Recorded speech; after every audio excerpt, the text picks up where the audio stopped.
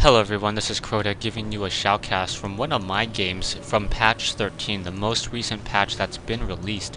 This is going to be a Terran versus Protoss matchup here on Metalopolis. You guys can go ahead and read that as I do a little bit of my ranting, my pre-game ranting.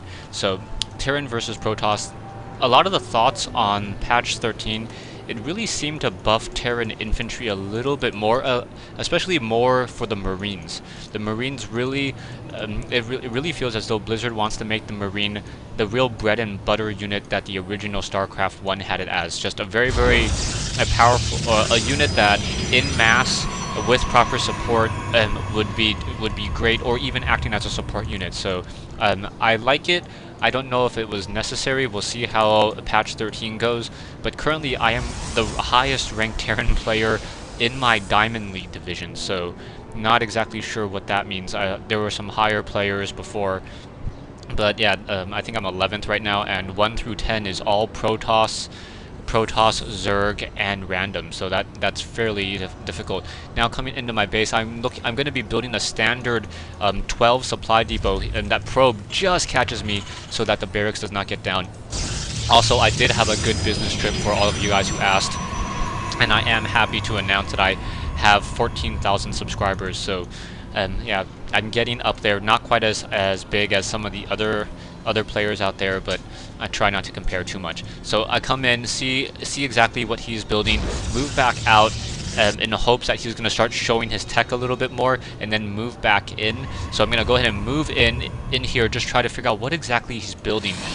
Chrono boosting that Nexus, so I know he's not going for any sort of crazy rush, and also having a Vespene Geyser down here. So the Vespene Geyser will tell me that he's trying to go for some Cybernetics core play, and maybe see some Stalkers. Back in my base, I am now building Marines. So this is going to be a build that I've been trying out a little bit more. I've seen a couple of the other Asian players do it, and I believe Day 9 refers to it to Asian play.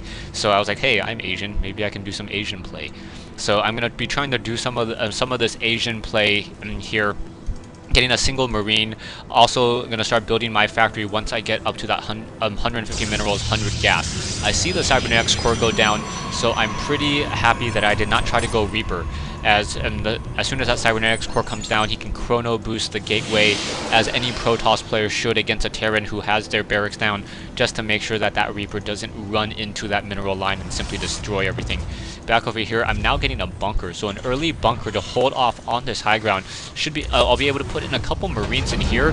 The Marines with a range of 6 should be able to stop any Stalkers. I'm also going to be dropping down this factory, so this factory is going to be in play, and I'm also going to be producing Hellions. So early play, I'm going to be using Hellions and Marines to try to hold off any Stalkers and Zealots. It does take a fair amount of micro, but that shouldn't be too bad. SCV almost gets taken out by a couple of those probes, overexposing my units there. Esseim now having a little more harvesters than I do, just because of that chrono boost, but all in all, things are fairly even. Mining-wise, he's slightly ahead of me, or I'm slightly ahead of him, depending on when the mule comes in and starts mining. So if I have a mule, I will be out mining him. Still producing more Marines at this base. Factory nearly done, and I'm going to quickly go ahead and try to build a starport. Starport is there for dropships, medevacs, Vikings, and Banshees. I did not see earlier when I was looking through his base. I wasn't sure if he was going to go more for a 4-gate play, or if he was going to go for a robotics facility. Now that I see the robotics facility, I probably wouldn't be building a Banshee or researching Cloak, but that is the strategy that I'm going to try. So, going to go ahead and drop down the starport. The reason why is if you ever see a Protoss player go into 4-gate play, they're going to be very susceptible to Banshees. And even 2 Banshees with Cloak will be able to destroy a majority of that 4-gate play. As long as those Banshees are focusing down those Stalkers, you'll have enough time, even though it's early in the game, for that Cloak to last just long enough in order to push back the Stalkers, and then eventually push back the Zealots and the Sentries as well that are joining in on this fight. Esseim now hiding over here in the back of this base in order to get a scout, figure out when I'm going to be trying to perhaps push out. You see that I am in fact getting the Banshee and also getting the Cloak research, adding down a tech lab as well. I'm not sure when I scanned, Yeah, I just did an orbital scan over here, and I see that there is a robotics facility, and I think I saw this observer coming over, and I realized, okay, there's an observer in my base. I need to put down an engineering bay, get a turret. The reason why you need this turret, especially against Protoss, is the observer.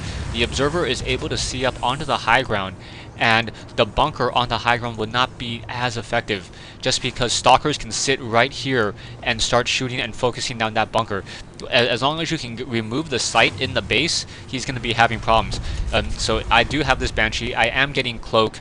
I'm getting a second barracks as well, going to, I believe, put down a reactor core to start using those Marines even further. I'm trying to use more and more Marine play in patch 13 as that's where I feel that Blizzard's really trying to push Terran and on a build. So Immortals coming in. Another thing to note, if there is a lot of lag currently in patch 13, it's very, very difficult to deal with. You can see all the things that I'm currently building in my base. Looking at Esseim's base, Esseim's sitting on a fair, 200 minerals. I think I'm sitting on a large amount of minerals. No, also producing more units as well. Getting that reactor, so that reactor will all be able to train up 3 Marines at the same time. Also, I believe at my research, yeah, gonna get siege tech as well, and then be able to siege up on this high ground and start moving out. So armies, both players fairly even. I'm sitting on a 900, Esseim sitting on 1100. He definitely has the advantage. He also has more harvesters. That's one of the things that I wanted to work on as a player, making sure that each base really has full saturation. This SCV line is still not fully saturated. You need I'm sitting at 25. I need 5 more SCVs to really fully saturate this mineral and gas production. Maybe even 32, just because I have a single SCV that's still building supply depots. And so I'm not getting every ounce of minerals out that I can from this main base. I'm gonna go ahead and move out of my bunker and then salvage it. So salvaging that bunker gives me a little bit of leeway. And now I'm gonna start putting down command center here in order to establish some sort of expansion, because I've already scanned my opponent, or I think I've scanned my opponent, and I know that, yeah, he does have this expansion down over here. So using this high ground, I have a single Banshee in the air. I also am producing a medevac, so the medevac going to be able to support those Marines fairly easily. I'm also using the weapons upgrade on those Marines, so those Marines are going to be fairly powerful very early in the game, dealing 7 damage instead of 6. I know it doesn't sound like a lot, but when you consider the number of Marines that you have, that's like saying you're doing an additional 12 damage per round of attack, and that really adds up very quickly.